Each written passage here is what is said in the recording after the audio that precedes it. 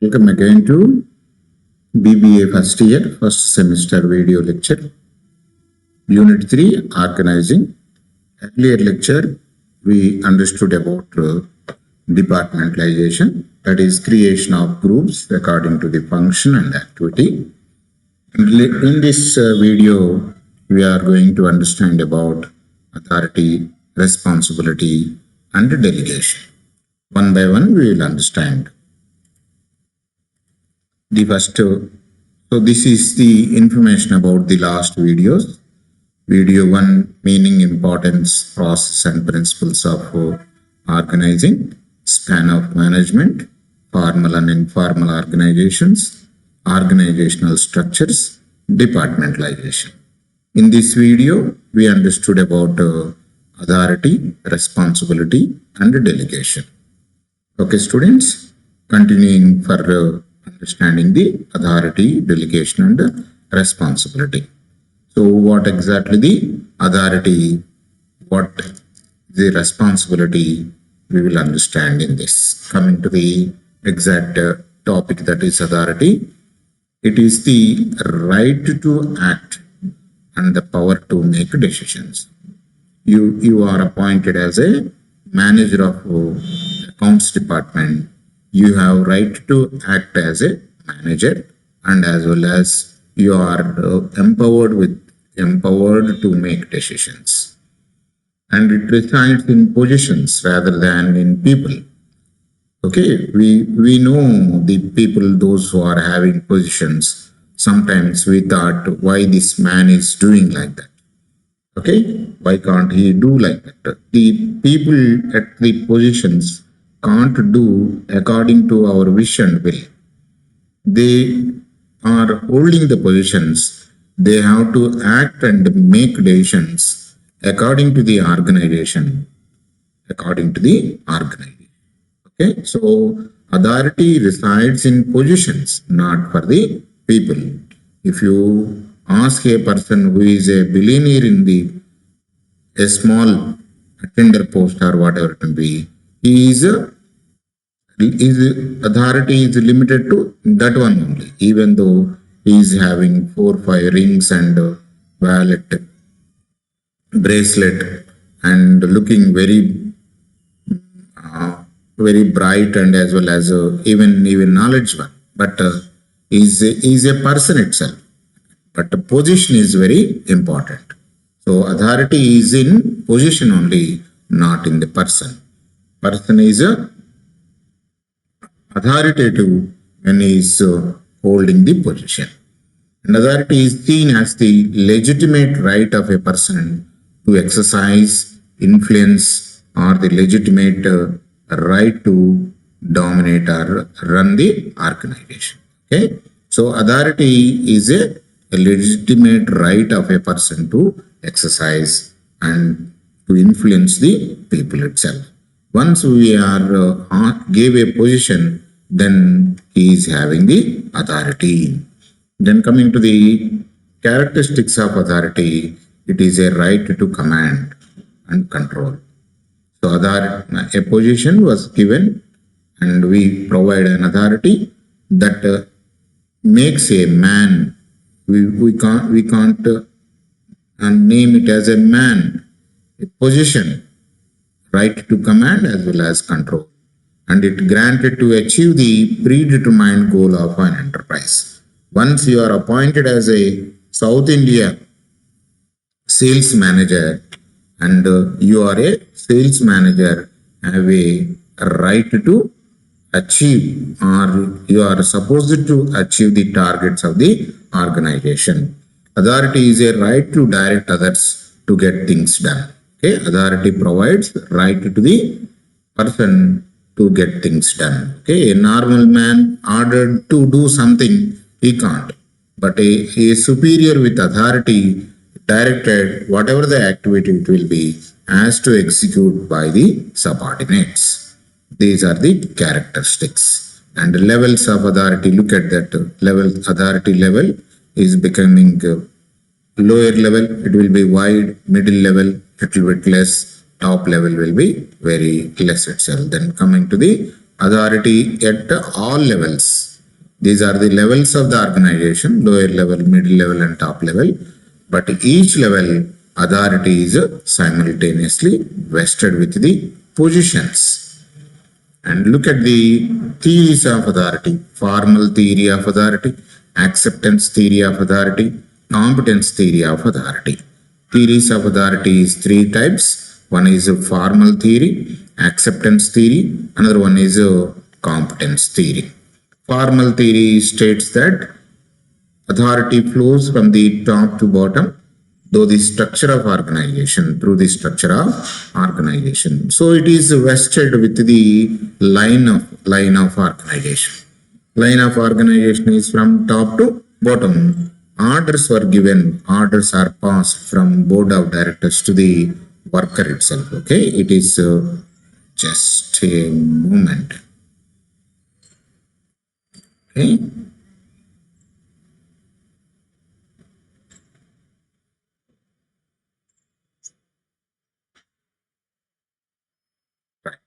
So formal authority and is authority flows from top to bottom. And it means that authority flows from top manager to the subordinate, board of directors to the last person, worker of the organization. It will look like that. 1 minute, please.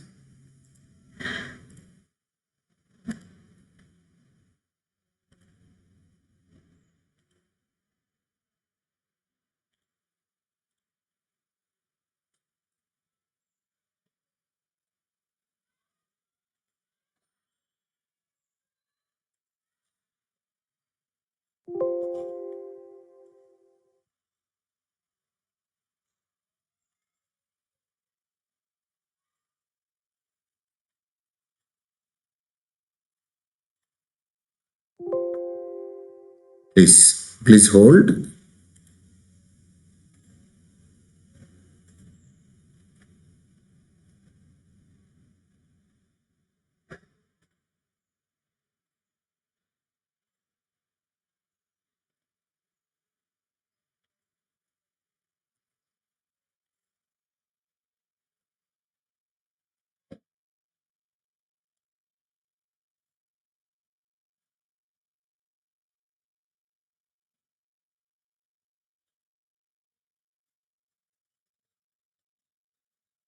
So authority is very important in executing the organizational objectives. Authority was not given to the position, leave it about the person. Okay, leave it about the person. Authority was not given to the position. It is not possible to achieve the organizational objectives. And you take the example, okay, Indian heads for Twitter or whatever it may be, he will be given authority to run the organization. Okay, so he is the whole and sole responsible person to deal with the Twitter India.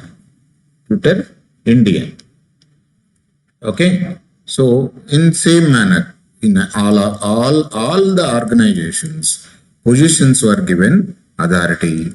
If the authority was not given, you just imagine subordinates, how they treat their superiors, and is it possible to execute the works of the organization? Okay, that is very important one. So we are discussing about the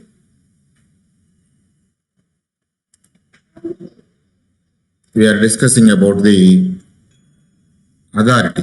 Okay, authority is how many types? Three types. Formal authority. Another one is we are discussing about the formal authority. Departmentalization. This is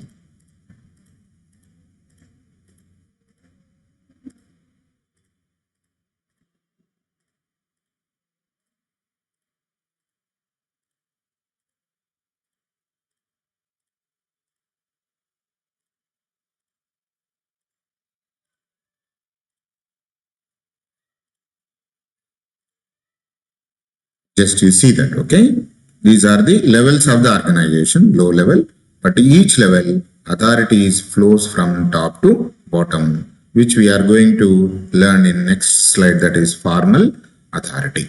Formal authority, which is from top to bottom, from board of directors to the workers. You see in this levels of organization, board of directors to the workers. Authority flows from top to bottom. That is formal authority.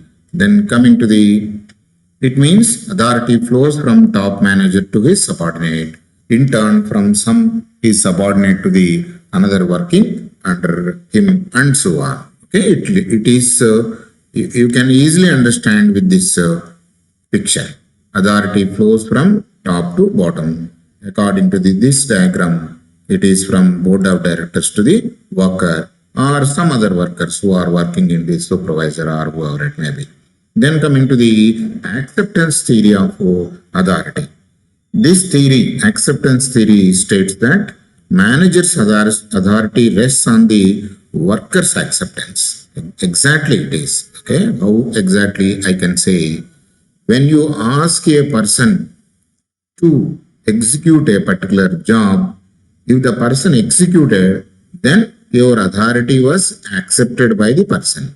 You are a manager with 30-40 team members, 30-40, you are a team head with the workers of 30-40 subordinates are there. Can you imagine all 30-40 are similar? No. Very few people respond very quick.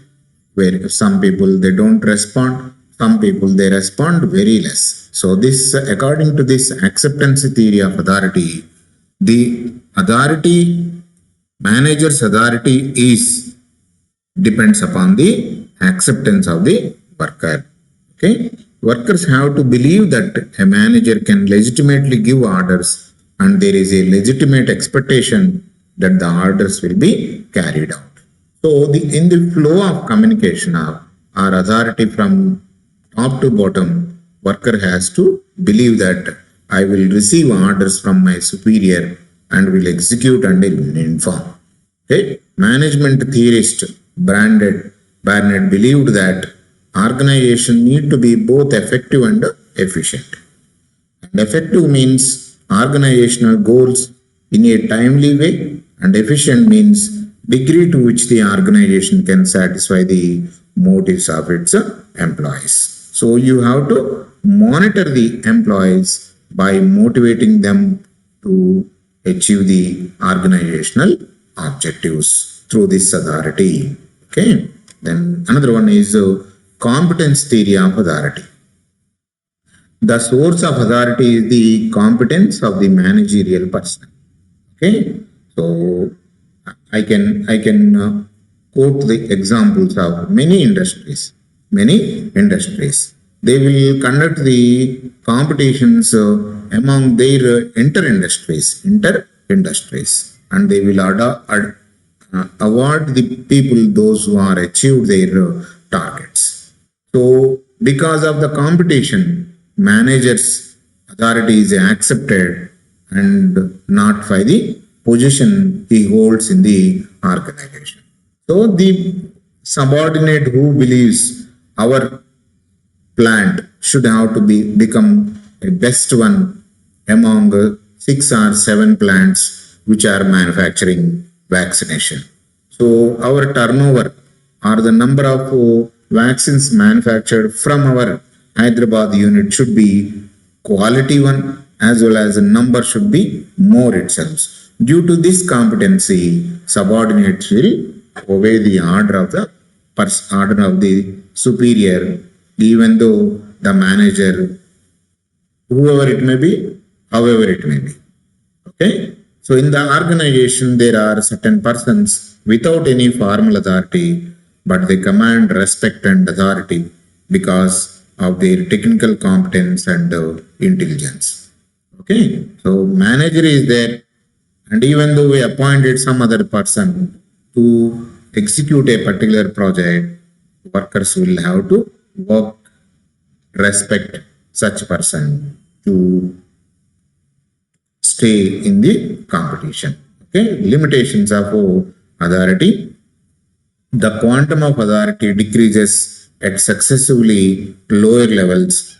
It is maximum at the highest level and minimum at the lowest level.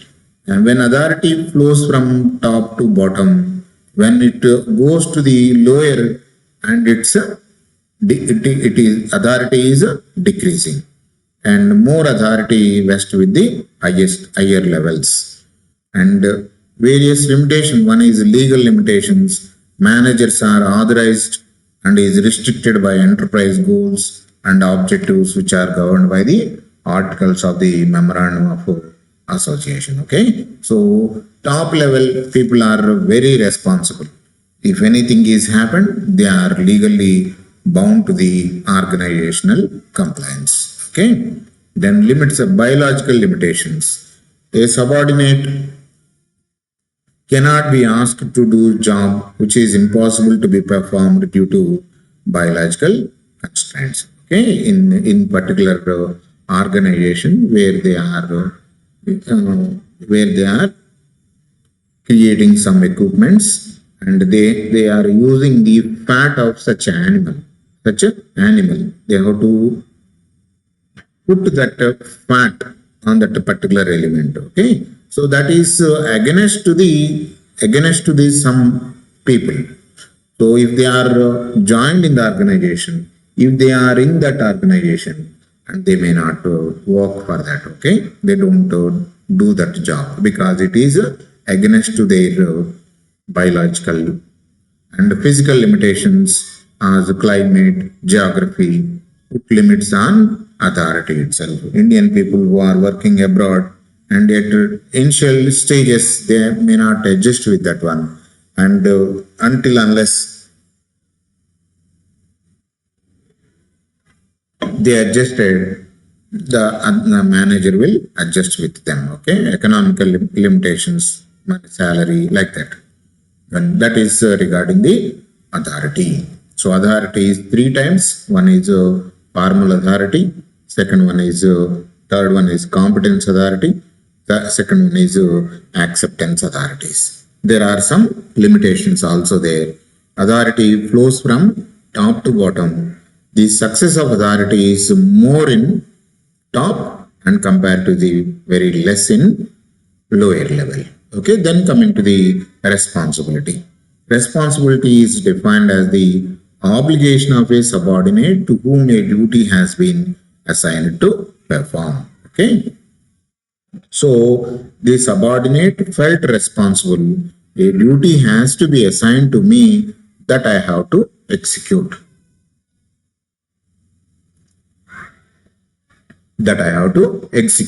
So that is called responsibility, which was given by Gunz Daniel. Another definition is also there. You can look at the textbook. Okay. Characteristics of responsibility.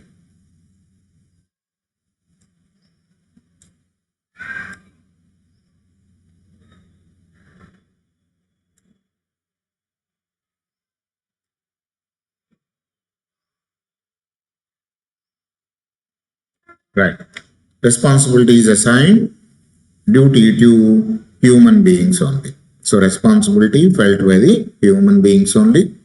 Responsibility flows upwards from juniors to senior, and whenever our authority flows from top to bottom, and responsibility flows from bottom to top, and responsibility is a result of duty assigned. Exactly, and it is the obligation to complete the job as per the instructions. Look at the difference between authority and responsibility. The power of right of superior to give orders to others is authority, and obligation of performing the assigned duty or order is responsibility. Authority emerges a formal position in the organization, and it emerges the superior subordinate relationship. So when a person felt responsible, then he will execute the job, which is indirectly responsibility.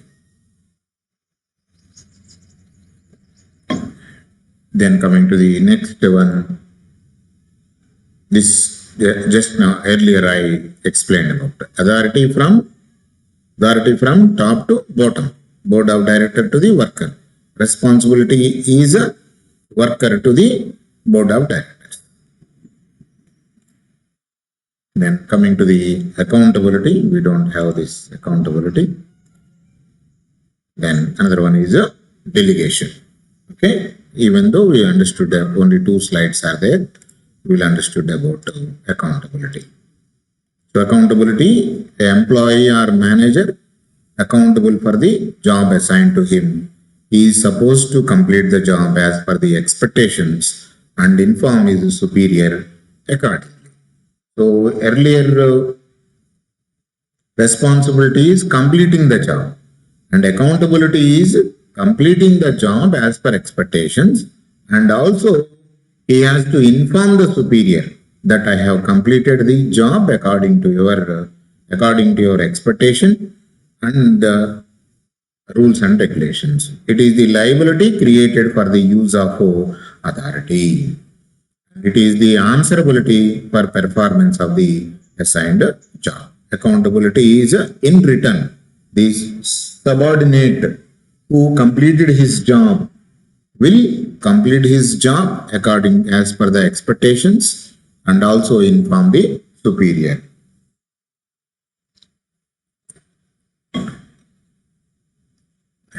The difference. Responsibility is an obligation to perform duty. Accountability is obligation created by accepting the duties and responsibility from the higher management. So he accepted the job, completed the job, and reported to the higher authority vested with the accountability.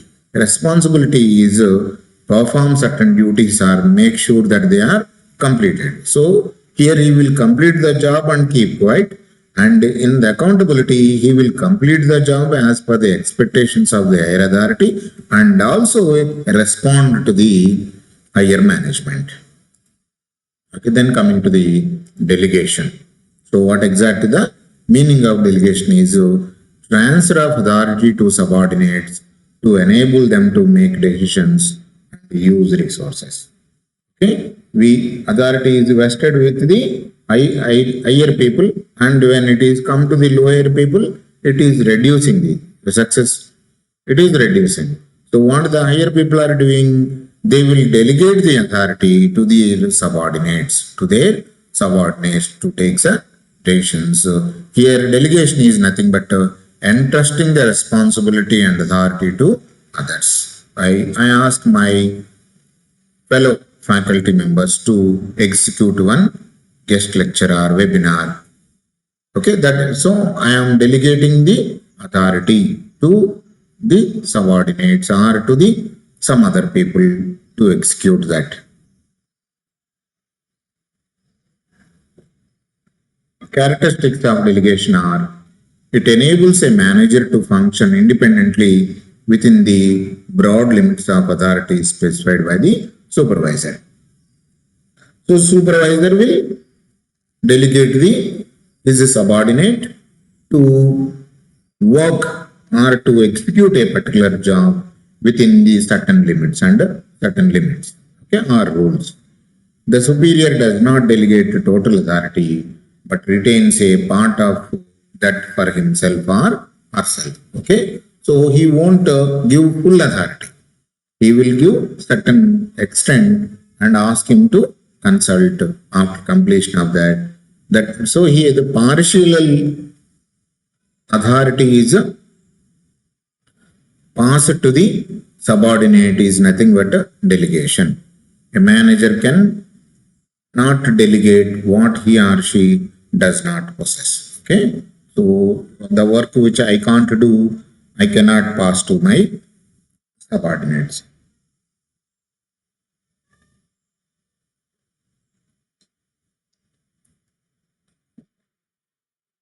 Then coming to the next slide, why to delegate? So it takes a strong person and good leader to efficiently delegate the task. So I cannot bear the whole organization on my shoulder. Many people has to do that. When I delegate my authority to the people, and the work will be simple for them and for myself. That's why which increase. So what it takes a strong person and a good leader to efficiently delegate the tasks. And efficiency, which brings efficiency, development, and time also. Okay, you see this one. A person is bearing the whole globe itself. When it was assigned to two people with a smart intelligence, they are carrying the globe, are doing the work, and only he is supporting. Superior is supporting. When to delegate? When the task offers valuable training to an employee.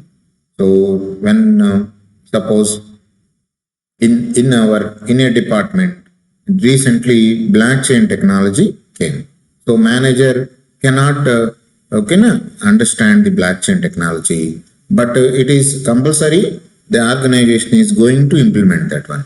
What he will do? He will delegate one person and for getting the training and getting the efficiency in that knowledge, blockchain technology. Okay, when an employee has more knowledge or experience related to the task than you, so what I will delegate any queries which came to me or regarding the blockchain technology, I delegate to my subordinate who is expertise or who is trained in that knowledge, that is blockchain.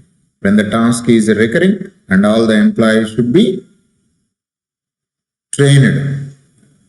So when it is recurring, in the sense whole department is going to implement the blockchain technology, then automatically everybody will understand, trained, and everybody will be able to know about the technology, which the work can be very simple.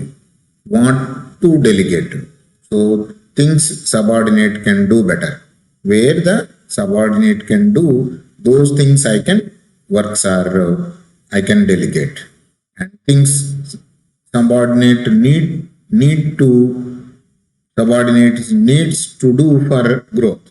Just I quoted the example. Okay, so our organization is changing its working accounts department from ERP to blockchain, and which help us to connect to whole world with true transparency. That's why, which is growth to our workers as well as to our organization. And another one is operational works. And what not to delegate.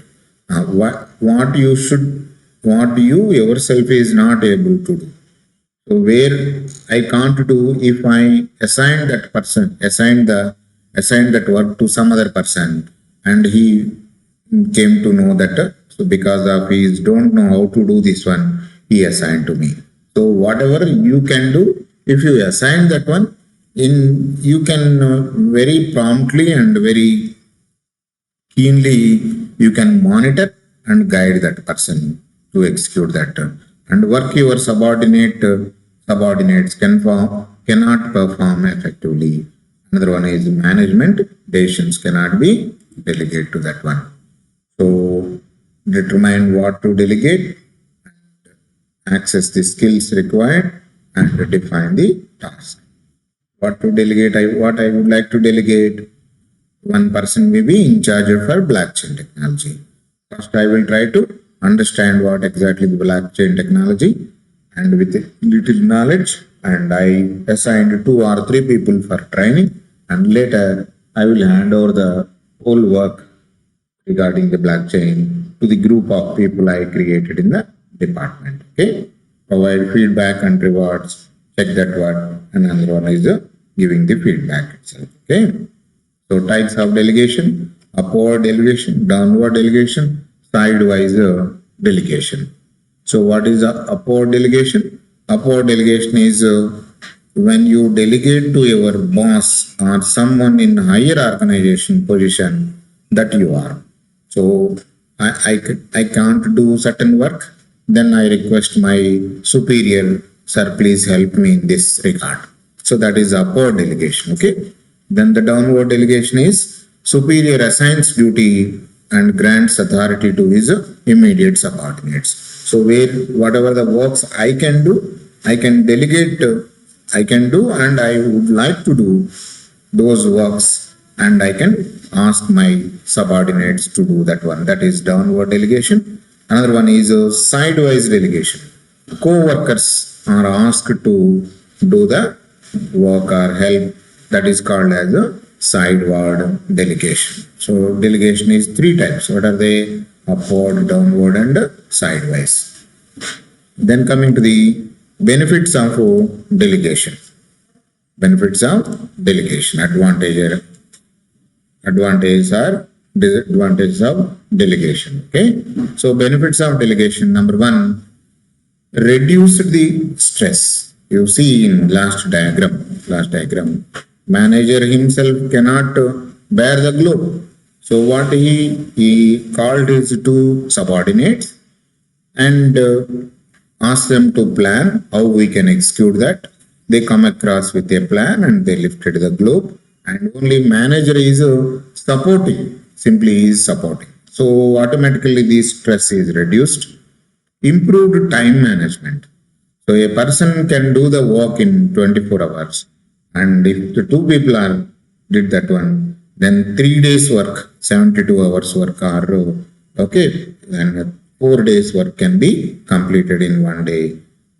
Time is improved, increase the trust, and that is benefit to the manager. Then benefit to the employees, professional knowledge and skill development.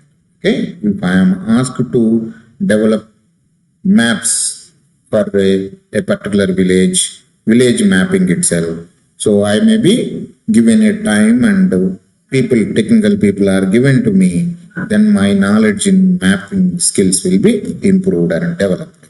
Elevated self-esteem and confidence. So I will be expertise in mapping the whole village with each and every corner. Then I may be elevated for the mapping of mandal or district or globe. Okay. Some other benefits also there, but you can see later. Disadvantages, possibility is there, misuse of power.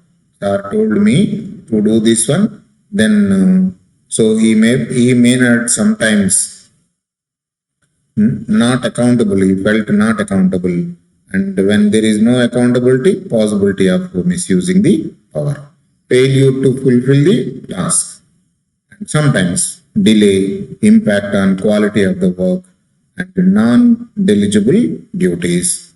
Sometimes it is burden on the employees. Okay. Then the next video which we are going to understand, very important question for this in this unit is centralization and decentralization, which is very important topic in organizing chapter. Okay, students, bye. Meet you in next video.